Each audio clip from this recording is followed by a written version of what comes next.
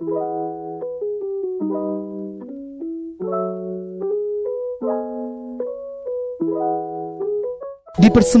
oleh Kopi Bubuk Ananda, satu-satunya kopi bubuk asli yang benar-benar kopi. Halo apa kabar pemirsa Selambar TV, senang sekali saya Raisa Ferlini Syahaan kembali menemani Anda dalam program Up to Date, berikan info terkini. Ya pemirsa, selama 30 menit ke depan Raisa akan menemani pemirsa dan memberikan informasi terkini dan teraktual mengenai Kota Lubuk Linggau dan sekitarnya. Ya pemirsa, perlu kita ketahui bahwa tanggal 2 Mei lalu diperingatkan Hari Pendidikan Nasional dan di Indonesia ditetapkan tanggal 2 Mei ini sebagai wujud nyata kepedulian pemerintah terhadap pendidikan di negeri ini. Dan pemirsa, up to date kali ini sudah bersama dengan kita di sini narasumber kita Ibu Huzaimah, Magister Pendidikan Agama Islam selaku Ketua IGI di Kota Lubuk Linggau. Halo, apa kabar Ibu? Alhamdulillah baik. Dalam keadaan sehat ya Bu ya? Alhamdulillah. Dan bersama dengan Ibu Huzaimah, kita akan mengangkat tema pada episode kali ini yaitu IGI dan Kurikulum Merdeka Belajar.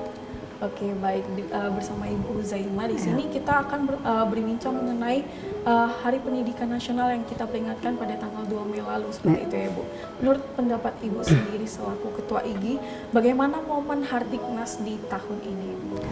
Baik, jadi Hardiknas tahun ini tuh sebenarnya adalah momen yang luar biasa ya, karena secara histori bahwa Hardiknas ini memang dijadikan sebagai momentum untuk memperingati bagaimana kepedulian bangsa ini terhadap pendidikan ya.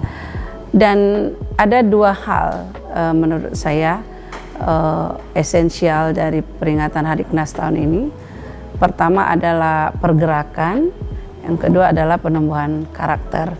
Nah, pergerakan sendiri saya melihat bahwa luar biasanya adalah dia bersanding dengan program pemerintah ya, yang telah meluncurkan kurikulum Merdeka Belajar serta mengembangkan pelatihan-pelatihan untuk para guru penggerak yang sudah direkrut ya melalui sistem perekrutan yang dilakukan oleh pemerintah. Dan ini memberikan arti tersendiri ya terhadap guru khususnya yang memang adalah lini penting dalam masalah pendidikan. Jadi yang kedua penumbuhan karakter, artinya bahwa kita kembali bahwa di hari Hardiknas ini penting bagi kita para guru khususnya mengembalikan mindset penting dari kegiatan belajar atau program pendidikan itu sebenarnya adalah bukan membentuk tapi menumbuhkan. Artinya bahwa ketika kita berbicara tentang menumbuhkan, ada banyak hal yang mengingatkan kita pada prinsip-prinsip apa yang harus kita perhatikan di dalam pendidikan. Jadi artinya bahwa guru tidak hanya sekedar mentransformasi materi pembelajaran, tetapi bagaimana guru harus mampu memberikan kedalaman itu sehingga bisa melekat pada diri dan pemikiran anak dan membentuk mereka untuk sampai pada tujuan pendidikan yang sebenarnya. Oke, baik sekali Ibu. Dan kita kan masih dalam masa pandemi di tahun ketiga seperti itu ya Bu ya. Kita masih menjalani masa pandemi dan ini di tahun ketiga.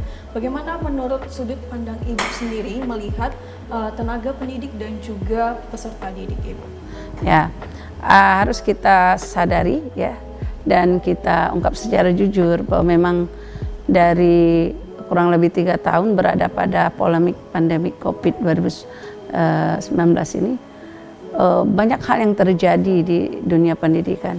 Pertama ada istilah lost learning, hari ini kita dapatkan bahwa artinya memang anak didik kita terpaksa harus kehilangan momen-momen yang berharga dari situasi kelas ya, dari hubungan sosialnya di sekolah gitu. Dan ini sangat berpengaruh terhadap momen-momen penting untuk menambah wawasan-wawasan mereka dalam hal pengetahuan juga pergaulan sosialnya sebenarnya. Bagaimana tidak lost learning ya. Kadang memang sistem pembelajaran online yang diamanatkan pemerintah itu kadang hanya bisa memberikan sekian persen saja dari materi. Karena banyak hal ya, faktor ya. Karena saya sebagai guru mengalami langsung bahwa misalnya saja keterbatasan pulsa anak, sehingga kadang materi-materi yang memang harus kita jelaskan, kita berikan pemahaman, terpaksa tidak bisa karena kadang anak karena alasan pulsa atau ya keterbatasan tempat tinggal ya untuk mengakses sinyal, itu tidak bisa mengikuti kegiatan pelajaran itu secara full. Nah itu momen-momen yang mungkin memang bisa menyebabkan kita kehilangan momen pembelajaran yang luar biasa. Nah di samping itu para pendidik juga, kami sebagai pendidik selama pandemi ini terus terang jujur ya, bahwa ada semacam spirit yang hilang. Kenapa? Karena memang keseharian kita kan biasanya langsung bertemu anak-anak begitu, dan mereka itu energi buat kita. Tapi ketika ini hanya berada pada live streaming begitu kan, ada semacam hubungan chemistry yang juga hilang. Jadi anak-anak yang setiap hari bisa bertegur sapa ya, bisa mendengarkan petuah, itu tidak memiliki momen itu. Nah, berharap bahwa di tahun ketiga yang menjelang tahun ajaran baru nanti Juli, bahwa pandemi ini benar-benar sudah tidak menjadi halangan dan menjadi endemi lah ya, sehingga kegiatan pembelajaran ini dapat dilakukan kembali. Oke, baik. Ya. Yang sudah Ibu jelaskan tadi kan kita memiliki keterbatasan di saat masa pandemi seperti itu. Selaku Ketua IGI dan juga tenaga pendidik sekaligus ya seperti itu ya Bu, ya pastinya memiliki PR ataupun ya bagaimana cara untuk menstabilkan kembali momen-momen tenaga pendidik dan juga peserta didik seperti itu. Tapi boleh Ibu jawab di segmen kedua nanti. Kita jeda dulu sementara ya Bu ya. Dan kita akan kembali di segmen kedua. Maka dari itu pemirsa tetap di Up to Date, berikan info terkini.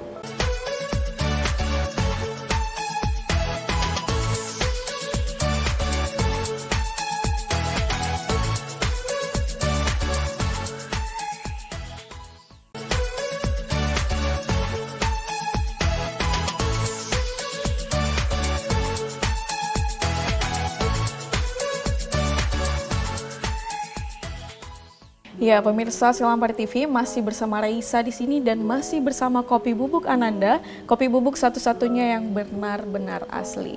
Dan pemirsa Up to Date, kita kembali lagi dalam pertanyaan yang sebelumnya nih Bu ya. Tentunya pada masa pandemi ini masih berjalan seperti saat ini seperti itu. Pastinya selaku Ketua IGI dan sekaligus tenaga pendidik seperti itu pasti memiliki PR untuk menstabilkan momen-momen saat mengajar seperti itu. Kalau boleh tahu apa Bu?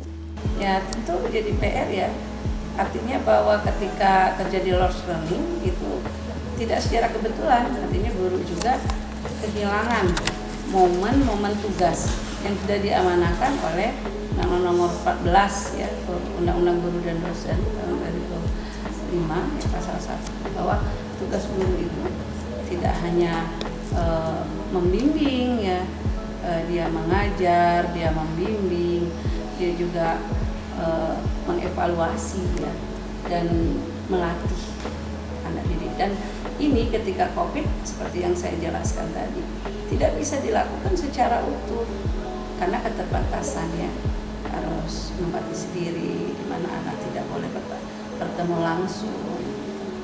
Dan PR lainnya adalah menurut saya guru wajib mengembalikan profesionalitas yang termaktub dalam pasal 2 Undang-Undang Nomor 14 tahun 2005, bahwa sebagai seorang yang profesional dia harus tetap eksis di dalam kapasitas dia sebagai seorang guru ya, yang diberikan hak di pasal 14 ya. Artinya bahwa ada PR mengembalikan kesadaran ya, kesadaran personal tentu serta kesadaran sebagai orang yang mengemban tugas sebagai pendidik. Itu PR. Dan ya itu menurut saya PR penting.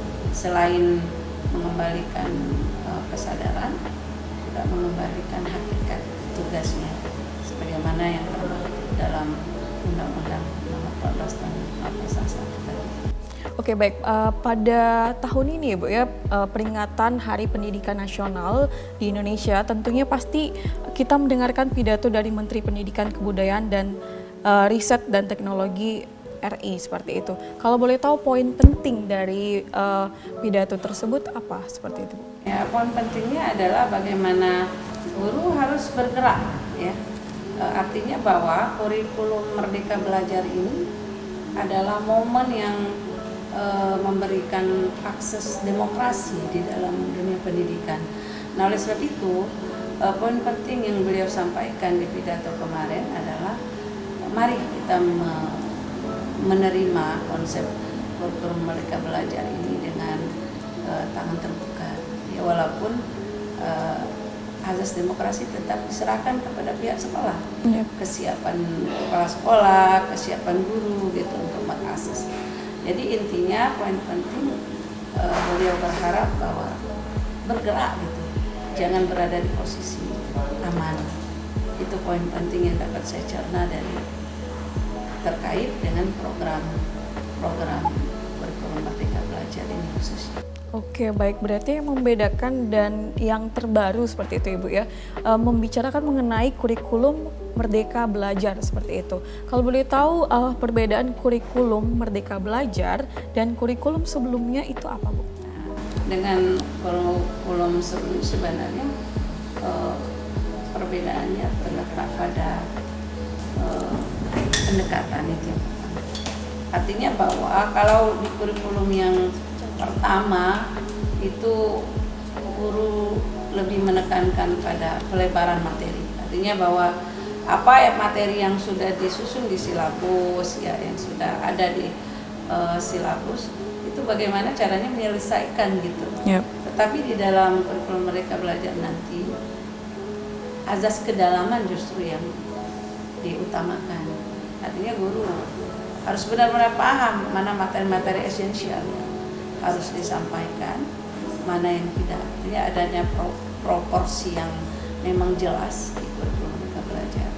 Artinya bahwa tidak ada tekanan lagi harus menyelesaikan sekian banyak materi tidak, tapi justru kedalaman. Artinya ini adalah menurut saya ini mindsetnya adalah pemahaman yang paling penting. Jadi anak tidak dicekoki dengan begitu banyak hafalan, tetapi anak diajak untuk lebih fleksibel di dalam pola belajar. Dan yang paling penting tentu adalah berpatokan pada tujuan pendidikan, tidak lari dari tujuan pendidikan. Barangkali itu esensial perbedaannya. Jadi kalau yang lama itu lebih pada melebarkan materi gitu, ya, tapi ini adalah memperdalam materi. Oke, baik. Terkait pidato yang disampaikan oleh Kemendikbudristek seperti itu Ibu ya, menyebutkan bahwa kita akan menjalankan kurikulum baru yaitu kurikulum belajar Merdeka Belajar seperti itu. Apakah yang membedakan kurikulum Merdeka Belajar dengan kurikulum sebelumnya? Seperti itu. Jadi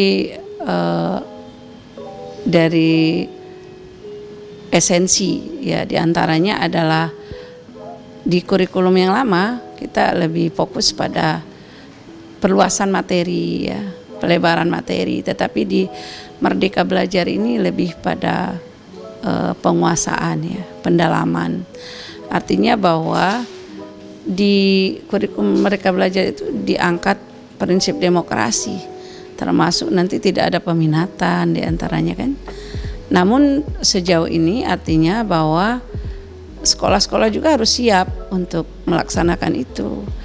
Bukan hanya kurikulumnya, penataan kurikulum ya, termasuk persiapan untuk tenaga pendidiknya, khususnya guru.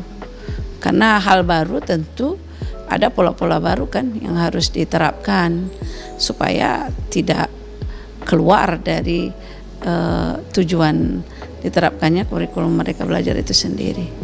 Jadi itu.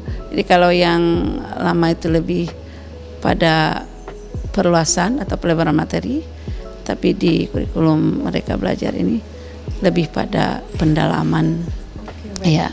pendalaman, berarti harus melakukan pelatihan terhadap tenaga Iya, pendidik ya, seperti ya pasti otomatis. Artinya bahwa tapi hari ini pemerintah kita juga sedang melakukan sosialisasi itu sebenarnya untuk para guru yang dipersiapkan untuk sebagai guru penggerak ya, untuk nantinya menerapkan kurikulum ini itu melalui perekrutan ya, para guru untuk mengikuti pelatihan persiapan untuk jadi guru-guru penggerak gitu. Oke, baik. Terkait pemerintah kota Lubuk Linggau seperti itu, Ibu. Nah, di kota Lubuk Linggau sendiri apakah sudah ada sekolah yang sudah melaksanakan kurikulum Merdeka Belajar ini? Kalau pertanyaannya melaksanakan mungkin belum ya, secara utuh belum, tetapi upaya-upaya untuk sampai ke situ sudah. Di antaranya adalah sudah terjaringnya beberapa guru-guru ya di tingkat SLTA, SLTP di Lubuk Linggau ini, khususnya yang ada di bawah Dinas Pendidikan ya, Pendidikan Kota Lubuk Linggau, untuk mengikuti itu perekrutan guru penggerak, serta dan hari ini juga sedang banyak guru-guru kita yang mengikuti program pelatihan untuk persiapan menjadi guru penggerak. Oke, benar sekali. Oke, baik. Mengenai kurikulum Merdeka Belajar seperti itu, pastinya sudah masih banyak lagi apa yang perlu kita bahas seperti itu. Tapi kita jeda dulu sebentar, kita lanjut lagi di segmen ketiga. Dan pemirsa, maka dari itu tetap di Up to Date, berikan info terkini.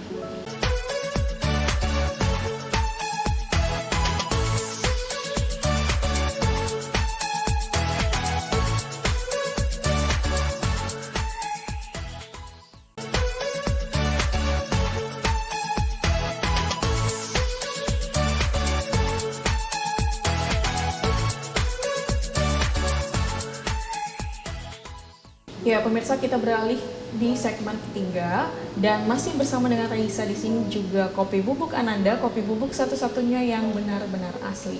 Oke, baik Ibu, kita beralih dari kurikulum Merdeka Belajar ke organisasi profesi guru seperti itu. Terkait dengan peran organisasi profesi guru seperti itu ya Bu, ya apa sih yang menjadi tupoksi kinerja dari organisasi profesi guru ini? Baik, bahwa organisasi profesi guru itu sebenarnya adalah legalitas undang-undang ya, dalam memayungi keberadaan guru ya sebagai pendidik. Jadi dalam Undang-Undang Nomor 14 Tahun 2005 Pasal 1 itu disebutkan, Pasal 41 Ayat 1 disebutkan bahwa guru itu harus membentuk organisasi profesi guru gitu. Lalu yang kedua dijelaskan apa sih foksi dari organisasi profesi guru itu, diantaranya adalah mengembangkan kompetensi, karir ya, memberikan pelayanan hukum, juga memberikan ya kesejahteraan serta pengabdian masyarakat.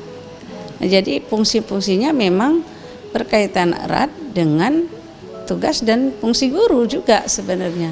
Nah, oleh sebab itu bahwa yang mengelola organisasi profesi guru ini harus guru, karena kalau bukan guru nggak tahu nih arah kemana harus dikembangkan gitu. Nah, oleh sebab itu karena fungsi-fungsi tadi begitu banyak ya, kompleks, maka salah satu IGI khususnya dalam ini berkomitmen untuk melakukan pergerakan-pergerakan memberikan peningkatan kompetensi ini kepada guru-guru khususnya dalam bidang digital.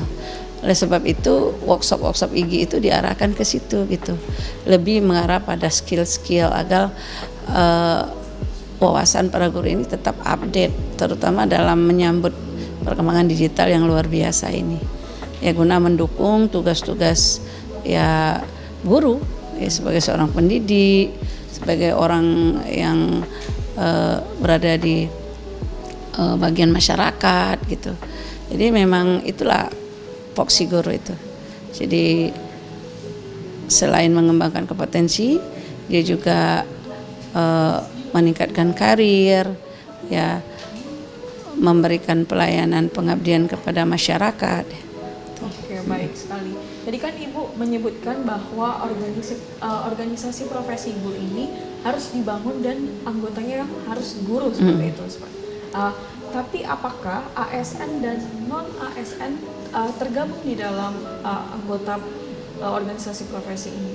Tentu yang berprofesi guru tentunya kan. Tidak terkait tenaga pemerintah maupun non tenaga Enggak, pemerintah. karena dia adalah profesi guru, artinya dia melekat pada profesionalitas ya. Jadi kalau ada orang yang di luar guru, tentu profesionalitasnya tidak berkaitan dengan profesionalitas guru gitu. Nah, oleh sebab itu IGI sendiri menerapkan itu, bahwa keanggotaan IGI itu tidak melihat status apakah dia ASN atau tidak. Jadi semua yang berprofesi guru itu boleh masuk di keanggotaan IGI ya. Tidak terbatas seperti Tidak itu. terbatas. Untuk guru ya. Khusus untuk guru ya. Oke, baik sekali.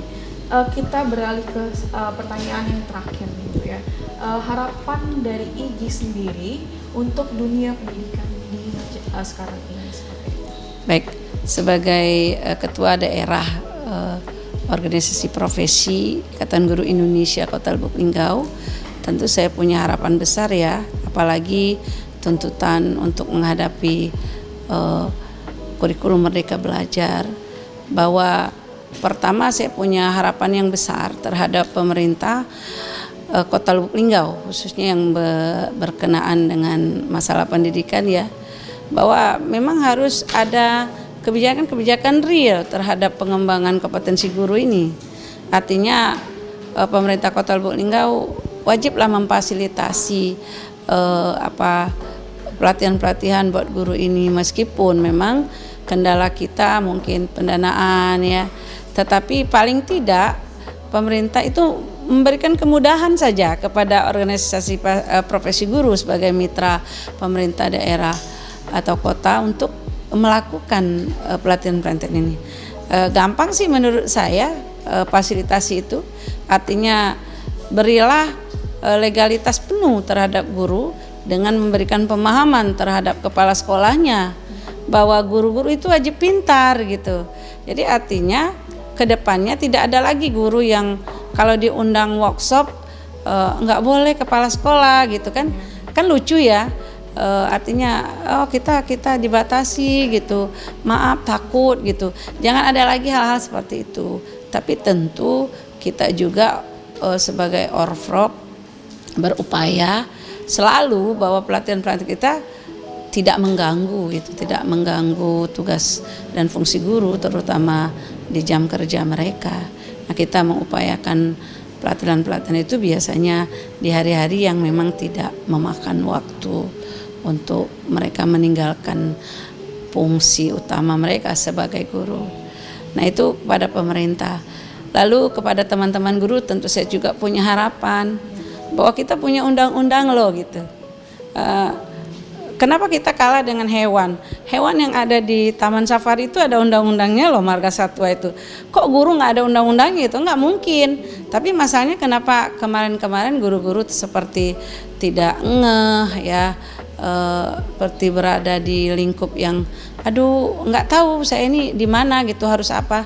Itu karena mungkin belum buka. Jadi saran saya silakan deh dibaca banyak-banyak undang-undang guru dan dosen gitu, terutama yang ada kaitannya dengan profesi guru, biar kita paham.